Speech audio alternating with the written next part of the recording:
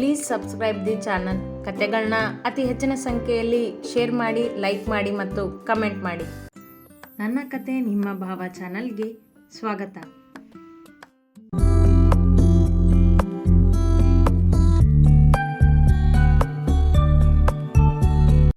ಗೋಬಿ, ಪಾನಿಪುರಿ, ಸಮೋಸ ಜೊತೆಗೆ ಸ್ವೀಟ್ ತಂದಿದ್ದ ಸಿದ್ಧಾರ್ಥ್ ಮನೆಗೆ ಶೋಭಾರವರು ಹೇಳಿದ್ದರಲ್ಲ ಎಲ್ಲವನ್ನೂ ತರಬೇಕೆಂದು. ಆದರೆ ಅವರ ಮಾತಿಗೆ ಒಪ್ಪಿ ತರದೆ ಅಂಬಿಕಾಳ ಖುಷಿಗೆ ತಂದಿದ್ದನವ. ಆಗಾಗ ಅವಳಿಗೆಂದೇ ತಿನಿಸುಗಳನ್ನು ತರುತ್ತಿದ್ದನವ. ಅದನ್ನೆಲ್ಲ ತಟ್ಟೆಗೆ ಹಾಕಿಕೊಂಡು ತನ್ನ ಮಗನಿಗೆಂದು ಬೇರೆ ತೆಗೆದಿಟ್ಟು ಮಗಳು ಅಂಬಿಕಾಳ ಜೊತೆ ಕುಳಿತು ತಿಂದರು ಶೋಭಾ. ವಾಸುರವರು ಇನ್ನೂ ಬಂದಿರಲಿಲ್ಲ. ಅವರಿಗೆ ತಿನ್ನಲು ತೆಗೆದಿಡುವ ಗುಣ ಶೋಭಾರವರಿಗೆ ಇಲ್ಲ. ಇಂತಹ ತಿಂಡಿ ತಿನ್ನಲು ಅಭ್ಯಾಸವೂ ಅವರಿಗಿಲ್ಲ. ಅಣ್ಣ ತುಂಬ ಚೆನ್ನಾಗಿತ್ತು, ಖುಷಿಯಿಂದ ಎಂದಿದ್ದಳು ಅಂಬಿಕಾ. ಆದರೆ ಶೋಭಾ ಎಂದು ಆ ಮಾತು ಹೇಳುವವರೇ ಅಲ್ಲ. ಅಮಿತ್ ಇನ್ನೂ ಬಂದಿಲ್ವಾ ಕೇಳಿದ ಸಿದ್ಧಾರ್ಥ್ ಮುಖ ತೊಳೆದು ಬಂದು. ಇನ್ನೂ ಇಲ್ಲ ಅಣ್ಣ ಎಂದಳು. ಬೇಗ ಮನೆಗೆ ಬಂದು ಓದ್ಕೋಬಾರ್ದಾ ಮಾತಿಗೆಂದ. ಓದೋ ಹುಡುಗನೇ ಅವನು, ಫ್ರೆಂಡ್ಸ್ ಜೊತೆ ಸ್ವಲ್ಪ ಹೊತ್ತು ಸಮಯ ಕಳೆದು ಓದ್ಕೋತಾನೆ. ಮಗನ ಪರ ಮಾತನಾಡಿದರು ಶೋಭಾ. ಸಿದ್ಧಾರ್ಥ್ ಮತ್ತೆ ಮಾತನಾಡದೆ ತನ್ನ ಲ್ಯಾಪ್ಟಾಪ್ ಹಿಡಿದು ಕುಳಿತ. ಸಂಜೆ ಮನೆಗೆ ಬಂದ ಮೇಲೆಯೂ ಅವ ಕೆಲಸ ಮಾಡುತ್ತಿದ್ದ. ಹಿಂದೆ ಕೆಲಸ ಮಾಡುತ್ತಿದ್ದ ಟ್ಯಾಕ್ಸ್ ಆಫೀಸಿನ ಯಜಮಾನ ಆಗಾಗ ಒಂದಿಷ್ಟು ಹೆಚ್ಚುವರಿ ಕೆಲಸಗಳನ್ನು ಸಿದ್ಧಾರ್ಥನಿಗೆ ವಹಿಸುತ್ತಿದ್ದ. ಅದನ್ನು ಪೂರ್ತಿ ಮಾಡಿಕೊಟ್ಟಾಗ ಒಂದಿಷ್ಟು ಹಣವನ್ನು ಕೊಡುತ್ತಿದ್ದ. ಆ ಹಣ ಅವನ ಉಳಿತಾಯ ಖಾತೆಗೆ ಸೇರುತ್ತಿತ್ತು. ಇಂತಿಷ್ಟೇ ಬರುವ ಹಣವಲ್ಲ ಅದು. 2,000, 3,000 ಹೀಗೆ ಸ್ವಲ್ಪ ಬರುತ್ತಿತ್ತು. ಅದನ್ನು ಖರ್ಚು ಮಾಡದೆ ಹಾಗೆ ಇಡುತ್ತಿದ್ದ ಸಿದ್ದು. ಕೆಲವೊಮ್ಮೆ ಎಮರ್ಜೆನ್ಸಿ ಎಂದು ಬಂದಾಗಲೋ ಅಥವಾ ಅಂಬಿಕಾಳ ಮದುವೆಗೋ ಆಗುವುದೆಂದು ಕೂಡಿಡುತ್ತಿದ್ದ. ಶೋಭಾರ ಮುದ್ದಿನ ಮಗ ಅಮಿತ್ ಇಂಜಿನಿಯರಿಂಗ್ ಓದುತ್ತಿದ್ದ. ಅವ ಮನೆಯತ್ತ ಲಕ್ಷ್ಯ ಕೊಡುವವನಲ್ಲ.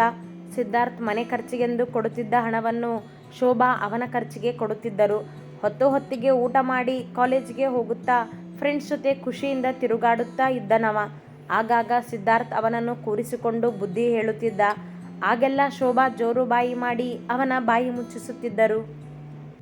9 ಗಂಟೆಯವರೆಗೂ ಕೋಣೆಯಲ್ಲಿ ಕುಳಿತು ಕೆಲಸ ಮುಗಿಸಿದ ಸಿದ್ಧಾರ್ಥ್ ಫೋನಿಗೆ ಬಂದು ಬಿದ್ದಿದ್ದ ಕುಮುದಾಳ ಸಂದೇಶ ಓದಿದ. ಊಟ ಆಯಿತೋ ಇಲ್ಲವೋ ಎಂಬ ಅವಳ ಪ್ರಶ್ನೆಗೆ ಈಗ ಮಾಡಬೇಕು ಎಂದು ಉತ್ತರಿಸಿ ಮೇಲೆದ್ದು ಹೊರಬಂದ. ಅಂಬಿಕಾ, ಊಟ ಮಾಡೋಣ ಬಾ ಕರೆದ ಅವಳನ್ನು. ವಾಸುರವರು ಅವ ಕೋಣೆಯಿಂದ ಹೊರಬರುವ ದಾರಿಯನ್ನೇ ಕಾಯುತ್ತಿದ್ದರು. ಅಂಬಿಕಾ ಅವರಿಬ್ಬರಿಗೂ ಊಟಕ್ಕೆ ಬಡಿಸಿ ತಾನು ಅವರ ಜೊತೆಯೇ ಊಟಕ್ಕೆ ಕುಳಿತಳು. ಶೋಭಾ ಅವರ ಜೊತೆ ಊಟ ಮಾಡುವವರಲ್ಲ. ಮಗ ಅಮಿತ್ ಬಂದ ಮೇಲೆಯೇ ಅವರ ಊಟ. ಒಂದು ದಿನವೂ ಅವರಿಗೆ ಊಟಕ್ಕೂ ಬಡಿಸುವವರಲ್ಲ. ಅವರ ಬುದ್ಧಿ ಗೊತ್ತಿದ್ದು ಇವರಾರೂ ಪ್ರಶ್ನೆ ಮಾಡುವವರಲ್ಲ. ಊಟ ಮುಗಿಸಿದ ಸಿದ್ದು ಮೈಗೆ ಟೀ ಶರ್ಟ್ ಏರಿಸಿಕೊಂಡು ಹಾಗೆ ಒಂದು ವಾಕ್ ಹೋದ ಹೊರಗೆ. ಅದು ಅವನ ಪ್ರತಿದಿನದ ರೂಢಿ. ಊಟವಾದ ನಂತರ ನಡೆಯಬೇಕೆಂಬ ಕಾರಣವಲ್ಲ, ಕುಮುದಾಳ ಜೊತೆ ಮಾತನಾಡಬೇಕೆಂಬ ಖುಷಿ. ಅದು ಆ ಸಮಯಕ್ಕೆ ಅವಳು ಒಮ್ಮೊಮ್ಮೆ ಕಾಲ್ ರಿಸೀವ್ ಮಾಡುತ್ತಿದ್ದಳು, ಒಮ್ಮೊಮ್ಮೆ ಮಾಡುತ್ತಿರಲಿಲ್ಲ. ಓಣಿಯ ಕೊನೆಯವರೆಗೂ ನಡೆದು ಅವಳು ಕರೆ ರಿಸೀವ್ ಮಾಡಿದರೆ ಮಾತನಾಡುತ್ತಿದ್ದ. ಇಲ್ಲವೇ ಅವಳ ಕರೆಗಾಗಿ ಕಾಯುತ್ತಿದ್ದ. 10 ನಿಮಿಷ ಅವಳು ಕರೆ ಮಾಡದೇ ಹೋದರೆ ಮನೆಗೆ ಬಂದು ಸಂದೇಶ ಕಳುಹಿಸಿ ಮಲಗುತ್ತಿದ್ದ. ಎಚ್ಚರವಿದ್ದರೆ ಸಂದೇಶದಲ್ಲೇ ಇಬ್ಬರ ಮಾತು, ಇಲ್ಲದಿದ್ದರೆ ಇಲ್ಲ. ಅದು ಅವರಿಬ್ಬರ ಹೊಂದಾಣಿಕೆ. ಆ ದಿನವೂ ಕುಮುದ ಕಾಲ್ ರಿಸೀವ್ ಮಾಡಲಿಲ್ಲ. ತಂಪಾದ ಗಾಳಿಗೆ 10 ನಿಮಿಷ ಕುಳಿತು ದಾರಿಯಲ್ಲಿ ಸಿಕ್ಕ ಪರಿಚಯದವರನ್ನು ಮಾತನಾಡಿಸುತ್ತಾ ಮತ್ತೆ ಮನೆಗೆ ಬಂದವ ಅಲ್ಲಿಯೇ ಹಾಲ್ನಲ್ಲಿನ ದಿವಾನ್ ಕಾಟ್ನಲ್ಲಿ ಅಡ್ಡಾದ. ಪುಟ್ಟ ಮನೆ ಅದು. ಬಾಗಿಲು ದಾಟಿ ಒಳ ಬಂದರೆ ಪುಟ್ಟ ಹಾಲ್, ಹಿಂದೆಯೇ ಅಡುಗೆ ಮನೆ, ಇನ್ನು ಬಲಕ್ಕೆ ಕೋಣೆ, ಅದರ ಪಕ್ಕದಲ್ಲಿ 4 ಹೆಜ್ಜೆ ಮುಂದೆ ನಡೆದರೆ ಬಾತ್ರೂಮ್, ಟಾಯ್ಲೆಟ್ ಇತ್ತು. ಇದ್ದ ಒಂದು ಕೋಣೆ ಅಮಿತ್ಗೆಂದು ಶೋಭಾರವರು ಹೇಳಿದ್ದರು. ವಾಸುರವರು ಅದೇ ಕೋಣೆಯಲ್ಲಿ ಕೆಳಗೆ ಮಲಗಿದರೆ ಹಾಲ್ನಲ್ಲಿ ಶೋಭಾ ಮತ್ತು ಅಂಬಿಕಾ ಮಲಗುತ್ತಿದ್ದರು. ಸಿದ್ಧಾರ್ಥ್ ಕಾಟ್ ಮೇಲೆ ಮಲಗುತ್ತಿದ್ದ. ಡ್ಯಾಡಿ, ನನಗೆ ಸ್ವಲ್ಪ ಹಣ ಬೇಕಿತ್ತು ಹರೀಶ್ ಅವರ ಕೊರಳಿಗೆ ಬಿದ್ದು ಮುದ್ದಾಗಿ ಕೇಳಿದಳು ಜಾಹ್ನವಿ. ಅವರು ತಮ್ಮ ಫೋನಿನಲ್ಲಿ ಅವಳಿಗೆಂದು ಹಣ ಟ್ರಾನ್ಸ್ಫರ್ ಮಾಡುವ ಮೊದಲೇ ಯಾಕೆ ದುಡ್ಡು ಕೇಳಿದರು ಸೌಭಾಗ್ಯ. ಫ್ರೆಂಡ್ಸ್ ಜೊತೆ ಶಾಪಿಂಗ್ ಹೋಗ್ತಿದ್ದೀನಿ ಮಮ್ಮ ಎಂದವಳು. ಹರೀಶ್ ಎಷ್ಟು ಹಣ ಹಾಕುತ್ತಿರುವರೆಂದು ಗಮನ ಕೊಟ್ಟಳು. 50,000 ಅವಳ ಅಕೌಂಟಿಗೆ ಹಾಕಿದಾಗ ಥ್ಯಾಂಕ್ ಯು ಡ್ಯಾಡಿ ಎಂದು ಖುಷಿಯಿಂದ ಅವರನ್ನು ಅಪ್ಪಿದಳು. ಹಿಂದೆ ಬಂದು ನಿಂತು ಪತಿಯ ಫೋನ್ ನೋಡಿದ ಸೌಭಾಗ್ಯ, ಶಾಪಿಂಗಿಗೆ ಅಷ್ಟೊಂದು ಹಣನಾ, ಯಾಕೋ ಅತಿ ಆಯಿತು ನಿಮ್ಮದು ಎಂದರು. ನನ್ನ ಮಗಳಿಗೆ ಯಾವುದೂ ಅತಿ ಅಲ್ಲ ಎಂದರು ಜಾಹ್ನವಿಯನ್ನು ನೋಡುತ್ತಾ. ಅದೇ ಸಮಯಕ್ಕೆ ಬಂದರು ವಾಸು. ಸರ್ ಎಂದು ಕೂಗುತ್ತಾ ಅವರನ್ನು ನೋಡುತ್ತಲೇ ಹಿಂದಿನ ದಿನ ಸಿದ್ಧಾರ್ಥನನ್ನು ಕುಮುದಳ ಜೊತೆ ನೋಡಿದ್ದು ನೆನಪಾಯಿತು ಜಾಹ್ನವಿಗೆ. ಬಾ ವಾಸು, ಕರೆದರು ಹರೀಶ್. ಅಂಕಲ್, ಸಿದ್ದು ನಿನ್ನೆ ಯಾವುದೋ ಹುಡುಗಿ ಜೊತೆ ಕಾಫಿ ಶಾಪ್ನಲ್ಲಿದ್ದ, ಯೋಚಿಸದೇ ಹೇಳಿಬಿಟ್ಟಳು. ತಬ್ಬಿಬ್ಬಾದರು ವಾಸು. ಏಯ್, ಏನೇ ಹೇಳ್ತಿದ್ಯಾ ಕೇಳಿದರು ಭಾಗ್ಯ. ನೋಡಿದ್ದನ್ನೇ ಹೇಳಿದ್ದೀನಿ ಮಮ್ಮ. ನಿನ್ನೆ ನಾನು ನನ್ನ ಫ್ರೆಂಡ್ಸ್ ಜೊತೆ ಕೆಫೆಗೆ ಹೋದಾಗ ಸಿದ್ಧಾರ್ಥ್ ಯಾವುದೋ ಹುಡುಗಿನ ಬೈಕ್ ಮೇಲೆ ಕೂರಿಸ್ಕೊಂಡು ಹೊರಗೆ ಹೋಗಿದ್ದನ್ನು ನಾನೇ ನೋಡಿದ್ದೀನಿ ಎಂದಳು. ಅವನ ಜೊತೆ ಕೆಲಸ ಮಾಡೋರು ಇರಬೇಕು ಬಿಡು ಜಾನು ಎಂದರು ಹರೀಶ್. ವಾಸು ಮಾತನಾಡಲಿಲ್ಲ. ಅದೆಲ್ಲ ನನಗೆ ಗೊತ್ತಿಲ್ಲ ಡ್ಯಾಡಿ, ನೋಡಿದ್ದನ್ನು ಹೇಳಿದೆ ಅಷ್ಟೇ ಎಂದವಳು ಮೇಲೆದ್ದು ಬಾಯ್ ಮಮ್ಮ ಎನ್ನುತ್ತಾ ಹೊರನಡೆದಳು. ವಾಸುರವರ ಮನದಲ್ಲಿ ಸಣ್ಣ ಯೋಚನೆ ಶುರುವಾಯಿತು. ವಾಸು, ಬಂದಿದ್ದ ವಿಷಯ ಏನು ಹೇಳು ಕೇಳಿದರು ಹರೀಶ್. ವಾಸುರವರು ತಾವು ಬಂದಿದ್ದ ಕೆಲಸದತ್ತ ಗಮನ ಕೊಟ್ಟರು. ಆ ದಿನ ಸಂಜೆಯೂ ಕುಮುದ ಮತ್ತು ಸಿದ್ಧಾರ್ಥ್ ಭೇಟಿ ಎಂದಿನಂತೆಯೇ ಇತ್ತು. ಮತ್ತದೇ ಕಾಫಿ ಶಾಪ್, ಬಸ್ ಸ್ಟ್ಯಾಂಡ್. ಅವಳನ್ನು ಮಾತನಾಡಿಸದೇ ಇದ್ದರೆ ಅವನಿಗೆ ದಿನ ಕಳೆಯುವುದಿಲ್ಲ. ಅವನನ್ನು ನೋಡದಿದ್ದರೆ ಅವಳಿಗೆ ನೆಮ್ಮದಿ ಇರುವುದಿಲ್ಲ. ಇವರಿಬ್ಬರ ಈ ಪ್ರೀತಿ 4 ವರ್ಷದಿಂದ ಯಾರ ಕಣ್ಣಿಗೂ ಬೀಳದೇ ಇದ್ದದ್ದು ಹಿಂದಿನ ದಿನ ಜಾಹ್ನವಿಯ ಕಣ್ಣಿಗೆ ಬಿದ್ದು ವಾಸುರವರ ಕಿವಿಯವರೆಗೂ ತಲುಪಿತ್ತು. ಅದನ್ನು ಕೇಳಿದಾಗಿನಿಂದ ಅವರಿಗೇನೋ ತಳಮಳ ಶುರುವಾಗಿತ್ತು. ನೇರವಾಗಿ ಅವನ ಬಳಿ ಕೇಳಲು ಒದ್ದಾಟವೇ. ಆ ರಾತ್ರಿ ಊಟ ಮುಗಿಸಿ ಅವ ವಾಕಿಂಗಿಗೆ ಹೊರಟಾಗ ನಾನು ಬರ್ತೀನಿ ಇರಿಸಿದ್ದು ಎನ್ನುತ್ತಾ ಅವನ ಜೊತೆ ಹೆಜ್ಜೆ ಹಾಕಿದರು. ಕೆಲವೊಂದು ವಿಷಯಗಳನ್ನು ಶೋಭಾರವರ ಮುಂದೆ ಹೇಳಲು ಆಗುವುದಿಲ್ಲವಲ್ಲ.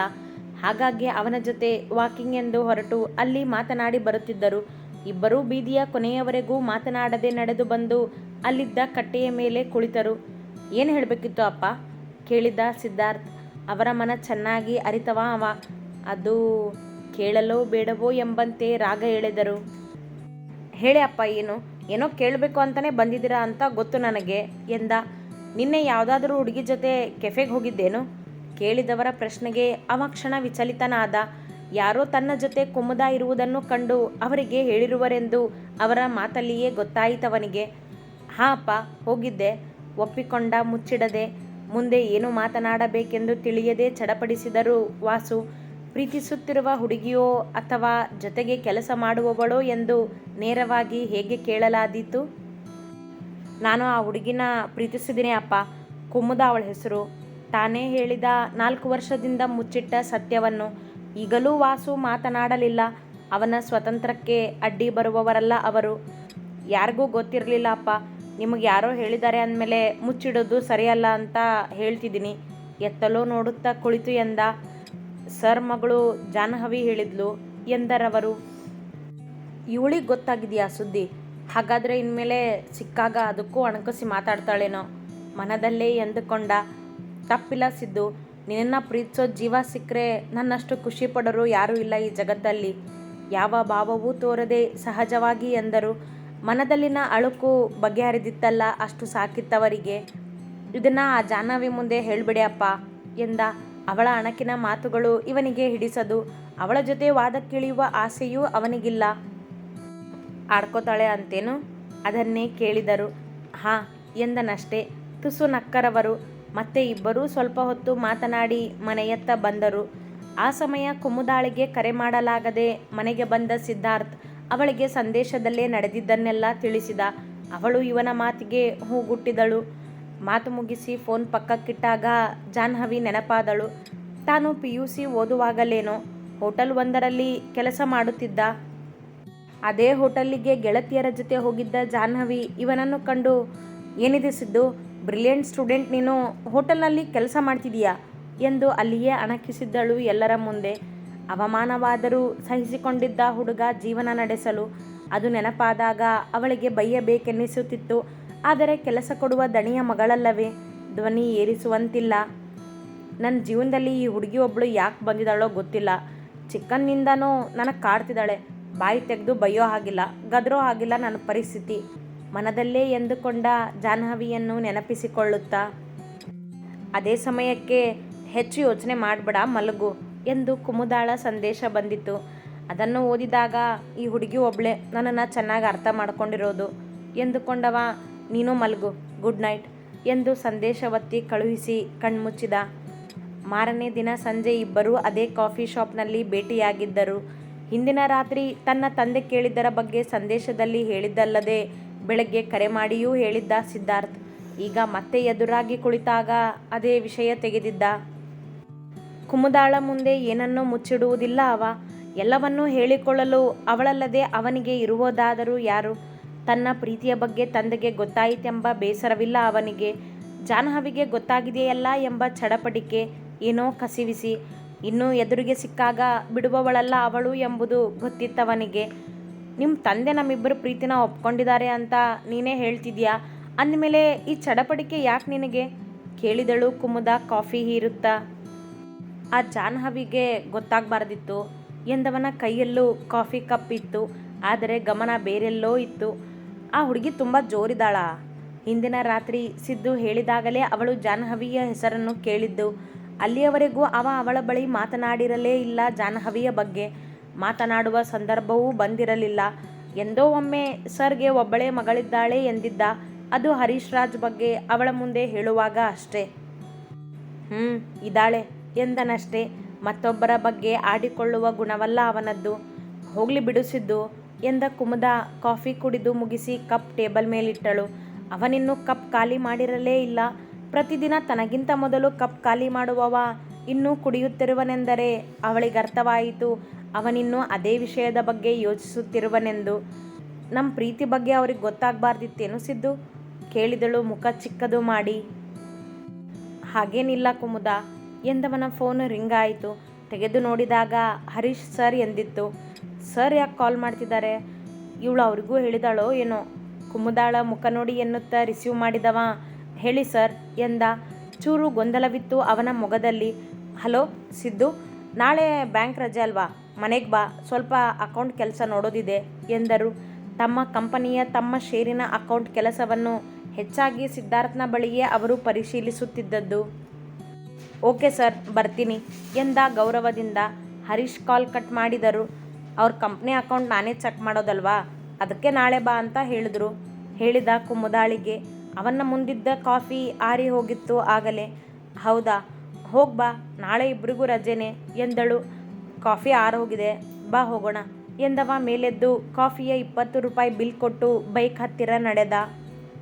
ನಾನು ಇನ್ನೊಂದು ವಿಷಯ ಹೇಳಬೇಕಿತ್ತು ನಿನಗೆ ಎಂದಳು ಅವನ ಹಿಂದೆ ಕುಳಿತುಕೊಳ್ಳುತ್ತಾ. ಹೇಳು ಎಂದ ಹೆಲ್ಮೆಟ್ ಹಾಕುತ್ತಾ. ನಾನು ಬೇರೆ ಕಡೆ ಕೆಲಸ ಹುಡುಕಬೇಕು ಅಂದ್ಕೊಂಡಿದ್ದೀನಿ. ಅವನ ಭುಜದ ಮೇಲೆ ಕೈ ಇಟ್ಟಳು. ಅವ ಬೈಕ್ ಸ್ಟಾರ್ಟ್ ಮಾಡಿದ. ಯಾಕೆ, ಈ ಕೆಲಸ ಏನಾಗಿದೆ? ಏನೂ ಆಗಿಲ್ಲ, 2 ವರ್ಷದ ಎಕ್ಸ್ಪೀರಿಯೆನ್ಸ್ ಇದೆ. ಬೇರೆ ಕಡೆ ಟ್ರೈ ಮಾಡಿದ್ರೆ ಸ್ಯಾಲ್ರಿ ಜಾಸ್ತಿ ಬರುತ್ತೇನೋ ಅಂತ. ಹಾಗೇನು? ಸರಿ, ಟ್ರೈ ಮಾಡು. ನನಗೂ ಯಾವುದಾದ್ರೂ ಇಂಟರ್ವ್ಯೂ ಗೊತ್ತಾದರೆ ಹೇಳ್ತೀನಿ ಎಂದವ ಯಾವುದಕ್ಕೂ ಅವಳಿಗೆ ಅಡ್ಡಿ ಮಾಡುವುದಿಲ್ಲ. ಇಬ್ಬರು ಮಾತಲ್ಲೇ ಬಸ್ ಸ್ಟಾಪ್ ತಲುಪಿದ್ದರು. ಅವಳು ಹೊರಟ ನಂತರ ಮನೆಯ ದಾರಿ ಹಿಡಿದ ಸಿದ್ದು. ಸರ್ ನಾಳೆ ಕರೆದಿದ್ದಾರೆ. ಎಲ್ಲಿ ಅವ್ರ ಮಗಳು ಅವ್ರಿಗೂ ನಾನು ಹುಡುಗಿ ಜೊತೆ ಇದ್ದೆ ಅನ್ನೋದನ್ನು ಹೇಳಿರ್ತಾಳೋ. ಸರ್ ಅದರ ಬಗ್ಗೆ ಕೇಳಿದರೆ ಏನು ಹೇಳಿ ನಾನು ಎಂದುಕೊಳ್ಳುತ್ತಲೇ ಮನೆ ತಲುಪಿದ. ಅತಿ ಹೆಚ್ಚಿನ ಕಥೆಗಳಿಗಾಗಿ ಹಿಂಬಾಲಿಸಿ ಪ್ರತಿಲಿಪಿ ಆ್ಯಪ್ನಲ್ಲಿ ಪ್ರತಿಮಾ SH ಅವರನ್ನು.